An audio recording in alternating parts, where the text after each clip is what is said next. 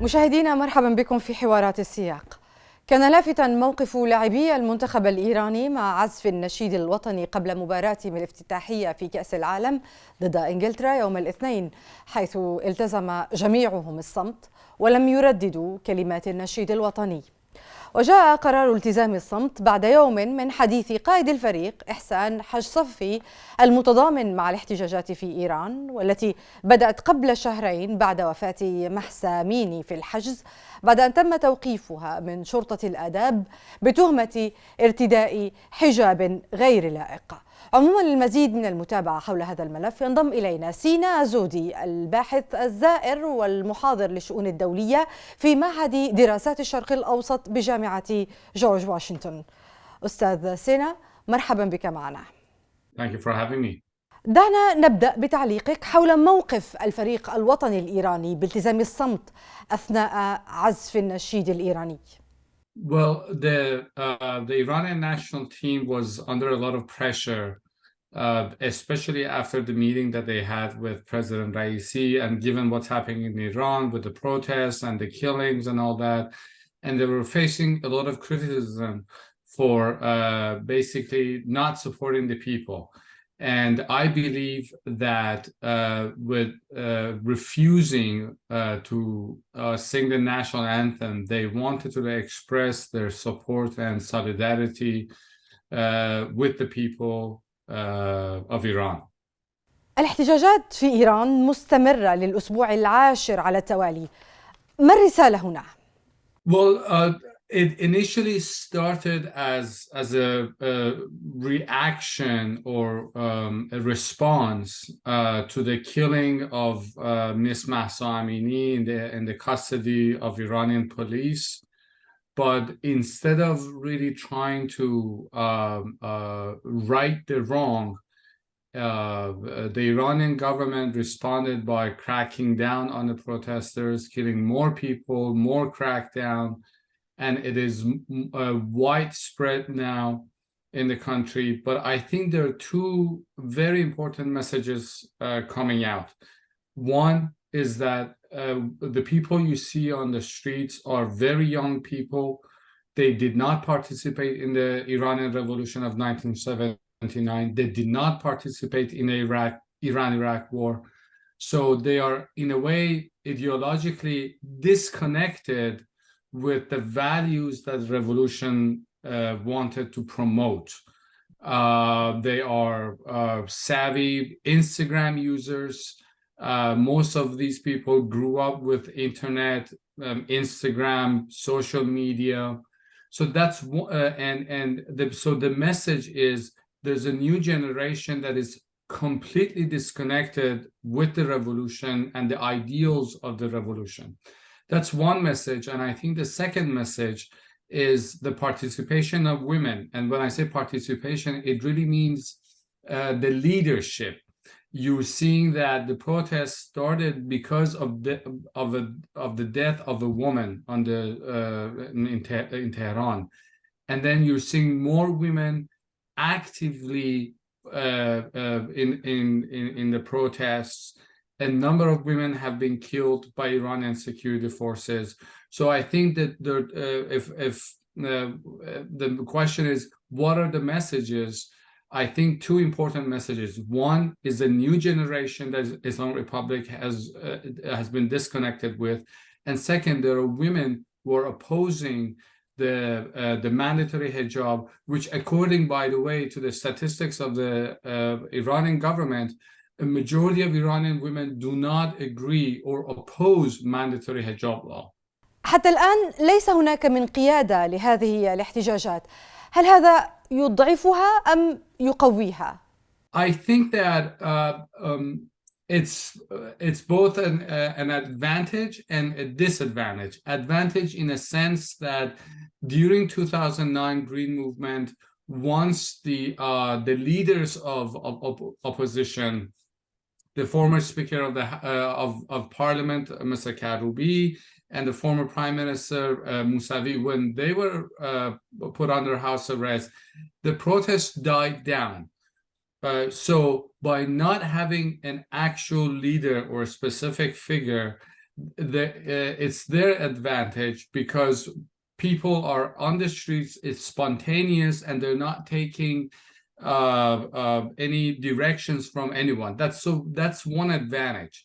But the disadvantage is in a sense that it reduces the chances or limits the chances of bringing about a regime change. And one thing that many people have agreed is the regime is lucky in a sense that there is no viable alternative or leadership to the current protests. كيف تقيم تعامل النظام الإيراني مع الاحتجاجات بعد العنف لجأ الآن إلى توقيف الممثلين والمشاهير، وهل ستجدي نفعا هكذا ممارسات؟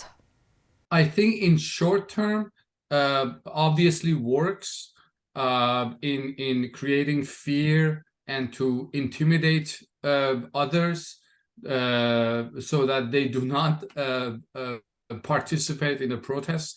But in the long term, something I've been saying for a while is that if the regime is successful in containing the protests, the relationship between the population, which includes actors, celebrities, athletes, and the relationship between them and the regime will fundamentally change. And I don't think that it can ever go back to what it was, let's say, a year ago. مجموعات حقوقية اتهمت قوات الأمن الإيرانية باستخدام الرصاص الحي وأسلحة مختلفة لقمع المحتجين. في الوقت نفسه النظام متماسك ولم نرى أي انشقاق، ما يدفعنا للتساؤل عن جدوى الاحتجاجات في ظل ارتفاع عدد الضحايا بين المدنيين. Well, workable in a sense that if they will bring about a regime change, I do not believe that they will bring about a regime change at least this time around, right? But we also have to keep in mind that the Iranian Revolution of 1979, from the day it started until the Pahlavi dynasty was toppled, it took 14 months. So we still have time to see what happens. But as you said it yourself, we are not seeing any defections in Iranian security forces because for them, they either have to stay together or if they don't stay together, they will fall apart one at a time. So I think they know that let me put it this way, it is an existential issue for them. That is why you see that since the protests started, the level and amount of violence has only increased over time. And the regime is willing to use more violence and is not really concerned with the outside pressure on how much the international community is protesting, because for them, as I said, it's an existential issue. اعذرني هنا بناء على ما ذكرت، ما الذي أحرزته التظاهرات حتى الآن؟ I think in a sense, well, first of all, for women, they have, let me put it this way, the regime has used the issue of hijab as a weapon to suppress women over the past 40 years.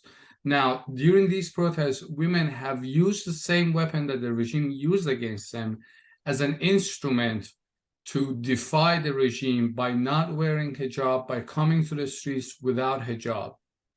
So that's one strong act of defiance.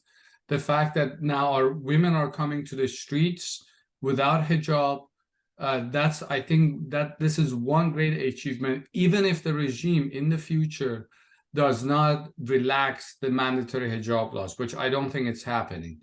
But I think that's one major achievement. And second, I think it shows that these protests show that people can come together and defy the regime, so that fear, I believe, is gone at this point. وزير الخارجية الأمريكي قال إن بلاده تشعر بقلق بالغ حيال تصعيد السلطات الإيرانية العنف ضد المحتجين. ما الذي تستطيع واشنطن تقديمه للمتظاهرين الإيرانيين؟ Well, I think that expressing support is very good. I think that the U.S. can do more by a number of things. For example, I'm all for imposing sanctions, targeted sanctions on those who are either directly or indirectly involved in violations of human rights.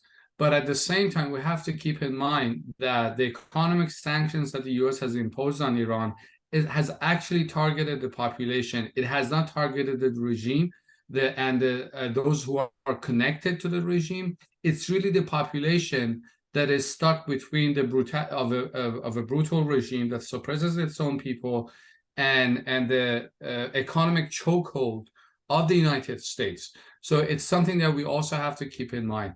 And I think the other thing that the US can do is to use its diplomatic power to shed light on the violence that is being used by the Iranian government. And I think this can be quite effective. هذا التوتر في الداخل الإيراني هل سيخفف من تدخلات إيران في الدول العربية ومن وتيرة مساعداتها للميليشيات المسلحة فيها؟ I don't think so. Well, first of all, because Iran sees its interference in the region as an instrument, as a security issue, which is important to its national security, right or wrong. That's another issue, but this is how Tehran views its interference. So I do not believe that this distraction would result in Iran reducing its interference.